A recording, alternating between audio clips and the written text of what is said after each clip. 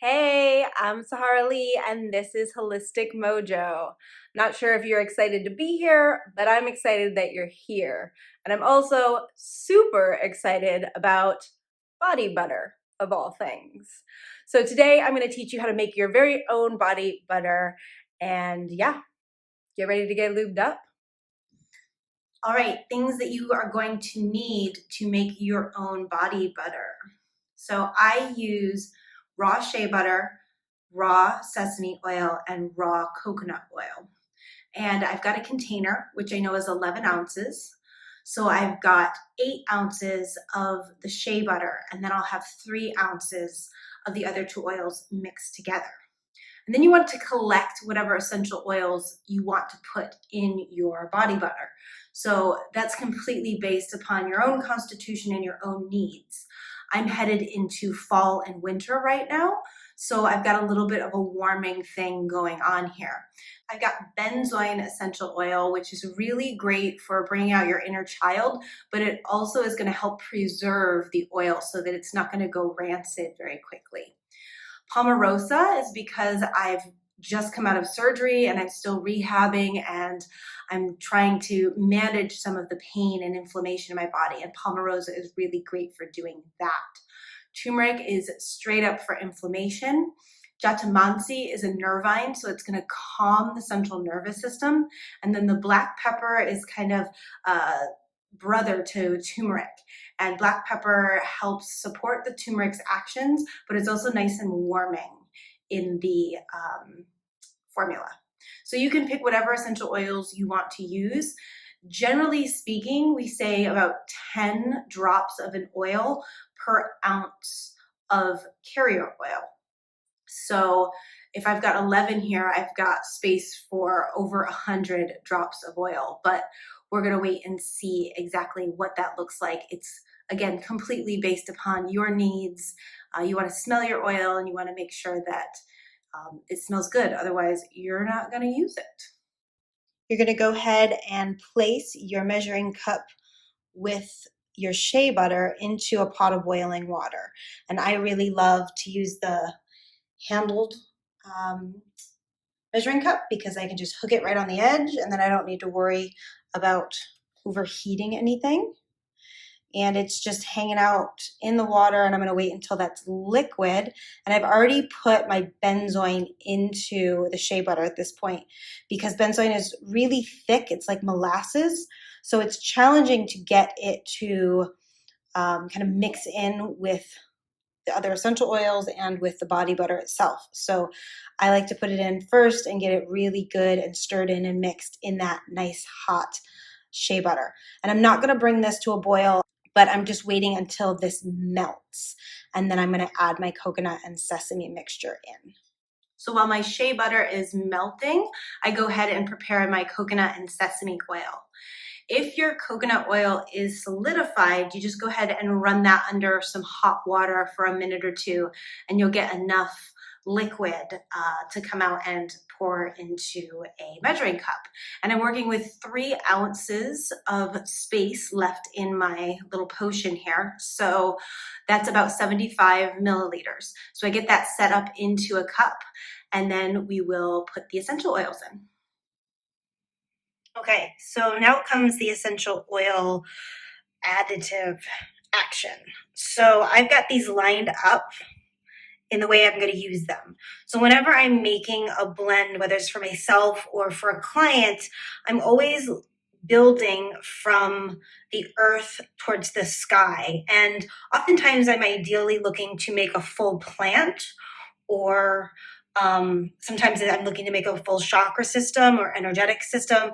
In this case, I'm looking to make kind of a full plant. I am missing a wood aspect and also a floral aspect or a fruit aspect. I'm not sure that those are going to end up in here.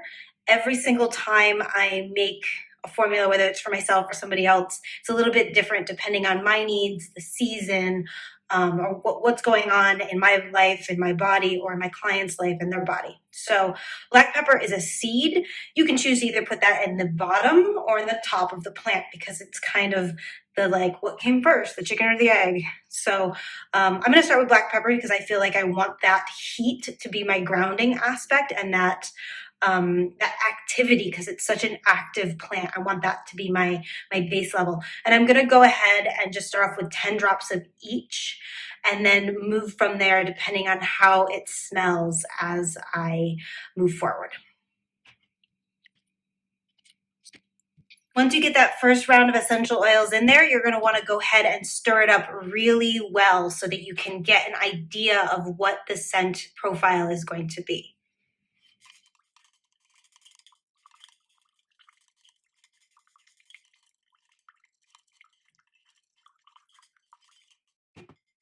Then you're going to go ahead and put it on your skin so you can smell it with your own body chemistry. I rub my wrists together, and then I bring the wrist to my face to smell it. And you want to remember that depending on how heavy the scent of your shea butter is, that is going to definitely shift the smell of the overall product. So if you've got like a real skanky smelling shea butter, it's going to be very overpowering, and you might lose a lot of the scent of your oil. So you might want to make a change afterwards. I really like the way this smells right now, so I'm going to leave it and add everything together, and then maybe add more oils in as I go.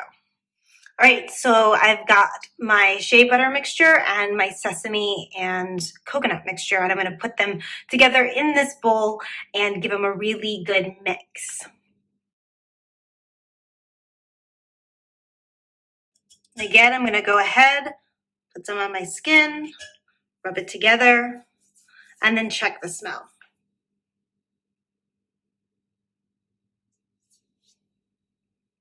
In this case, I feel like when I mixed it in with the shea, it lost a lot of smell, so I want to add some more oils. Now, I'm not going to add any more benzoin because that's really just there as a preservative and as to add that intention of inner child coming forward every day in my life. And I'm not going to add any more turmeric because turmeric will stain your clothing. So I always keep my turmeric dosage to a minimum when it's something that's going to be going on my skin, that's going to be rubbing up against my clothes. So I'm going to add, right now we're at 45 drops of essential oil, and I can go up to 110. And I'm going to just add 5 more black pepper, and then 10 more of the pomarosa and 10 more of the spikenard. Then I'm going to give it a stir again. I'm going to test it again. Feels like it needs a little more Jatamansi, so I'm going to go 10 more of that, which will bring me up to 80 drops. Test that. Then I'm going to add 15 more pomarosa. Okay, so it's still feeling, really grounded. It's feeling really earthy, but it's feeling like it needs a little bit of a lighter note. It needs a little joviality, if that's even a word. So I'm going to head into my apothecary and see if I can find either a fruit or a flower that would balance this out really well. So I actually came back with a flower and a fruit. I'm going to go really easy on the lime because it does cause your skin to burn if you're in the sun after using it. I typically use this at night, so it probably won't be an issue, but I don't want to take my chances with burning my skin. So I will just use a little bit of this, and then tagetes is Mexican marigold, and it is really like full.